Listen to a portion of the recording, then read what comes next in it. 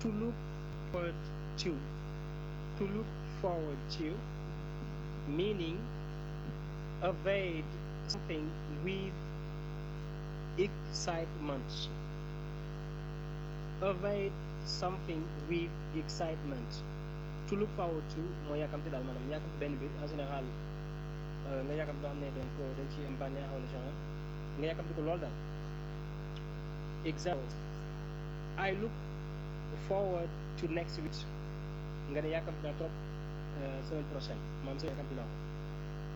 I look forward to it yàkkamti naa ko daal. Okay. You can also use this form be plus look plus ing. mu ne forme bi également mën nga ko utiliser maanaam nga am verbe nekk ing. au lieu nga ne I look forward to next weekend mën nga ne I am looking forward to next weekend maanaam yàkkamti naa semaine bi di ñëw.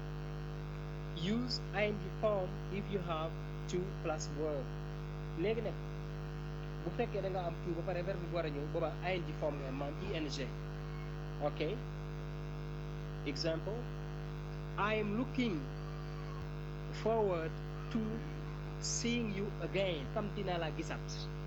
ji nga fii bi nga ne I am looking forward to xam benn to verbe si nga am kon verbe si boobu doo si am kay dañ koy ing form yi ing.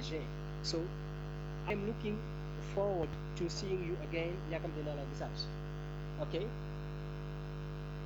My brothers and sisters sama sœur bi dem Europe. I am looking forward to joining them there. mooy yàkkamti naa leen a fekk foofu.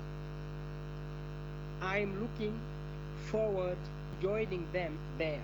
To join mooy rejoindre mooy fekk mooy yàkkamti naa leen a fekk. voilà thank you.